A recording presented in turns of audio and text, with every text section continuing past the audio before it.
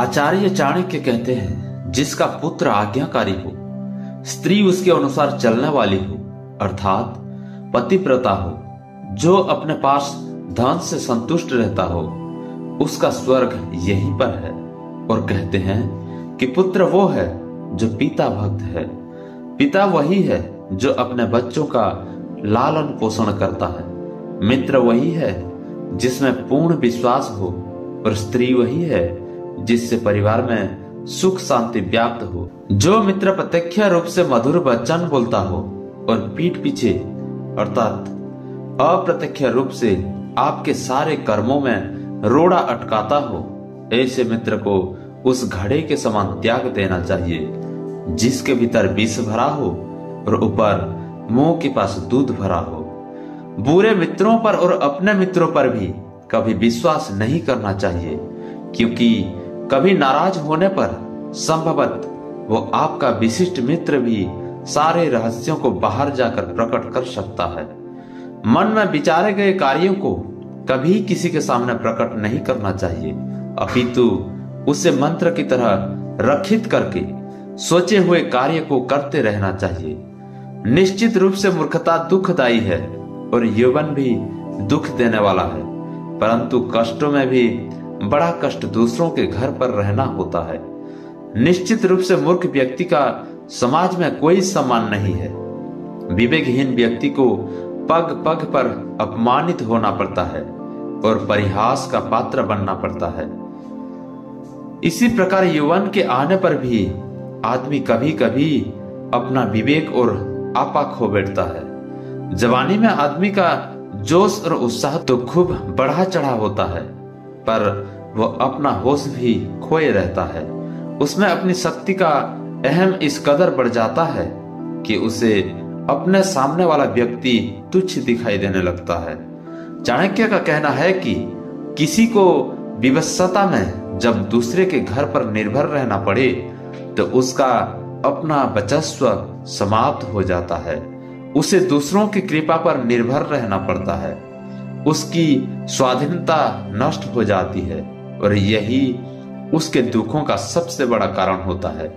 आगे चाणक्य कहते हैं कि हर एक पर्वत में मणि नहीं होती है और हर एक हाथी में मुक्ता मणि नहीं होती है। साधु लोग सभी जगह नहीं मिलते और हर एक वन में चंदन के वृक्ष नहीं होते हैं।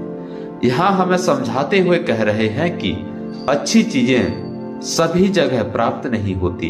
विशेष गुण वाली वस्तुओं को विशिष्ट स्थानों में ही खोजना पड़ता है। बुद्धिमान लोगों का कर्तव्य होता है कि वो अपनी संतान को अच्छे कार्य व्यापार में लगाएं, क्योंकि नीति के जानकारी व सद्व्यवहार वाले व्यक्ति ही कुल में सम्मानित होते हैं। चाणक्य कहते हैं कि जो माता पिता अपने बच्चों को नहीं पढ़ाते हैं वो उनके शत्रु होते हैं। ऐसे अनपढ़ बालक सभा के मध्य में उसी प्रकार शोभा नहीं पाते जैसे हंसों के मध्य में बगुला शोभा नहीं पाता। अत्यधिक लाड़ प्यार से पुत्र और शिष्य गुणहीन हो जाते हैं और ताड़ना से गुणी हो जाते हैं। भाव यही है कि शिष्य और पुत्र को यदि ताड़ना का भय रहेगा तो वे कभी भी गलत मार्ग पर नहीं जाएंगे। आचार्य चाणक्य कहते हैं कि एक श्लोक आधा श्लोक का एक चरण उसका आधा अथवा एक अक्षर ही सही या आधा अक्षर प्रतिदिन जरूर पढ़ना चाहिए। कहने का अर्थ है कि शिक्षा से ही लोगों की व्यवहार का रहस्य प्रकट होता है, इसलिए हमें हमेशा पढ़ते रहना चाहिए।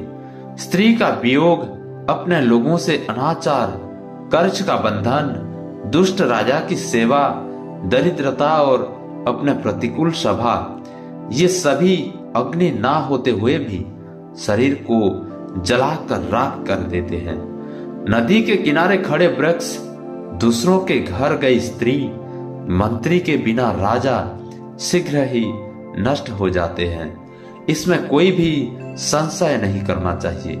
आगे चाणक्य कहते हैं कि ब्राह्मणों का बल विद्या है, राजाओं का बल उनकी सेना है, वैश्यों का बल उनका धन है, और शूद्रों का बल छोटा बनकर रहना अर्थात सेवा कर्म करते रहना है।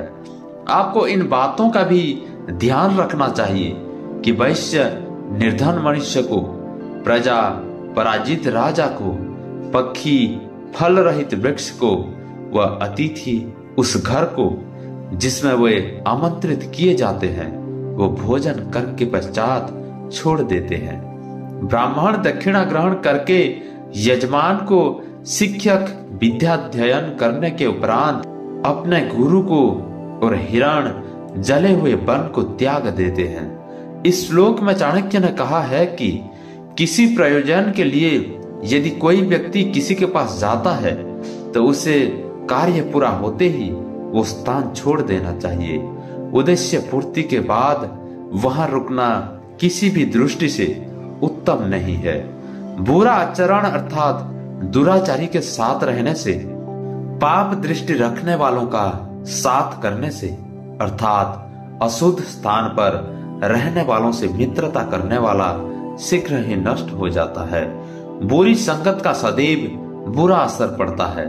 यहाँ चाणक्य ने इसी ओर ध्यान खींचा है। चाणक्य समझाते हैं कि मित्रता हमेशा बराबर वालों में ही शोभा पाती है। नौकरी राजा की अच्छी होती है, व्यवहार में कुशल व्यापारी और घर में सुंदर स्त्री शोभा पाती है। मित्रता कभी भी दो स्तर वालों में सफल नहीं होती है। नौकरी हमेशा सरकारी अच्छी होती है क्योंकि इसमें स्थायित्व होता है। जो व्यापारी चतुर और व्यवहार कुशल होता है वो इस समाज में सम्मान का पात्र होता है, और सुंदर स्त्री घर में ही शोभनीय होती है। ये आप सुन रहे थे चाणक्य नीति का दूसरा अध्याय। आइए बढ़ते हैं तीसरे अध्याय की ओर अगले वीडियो में। तब तक के लिए नमस्कार।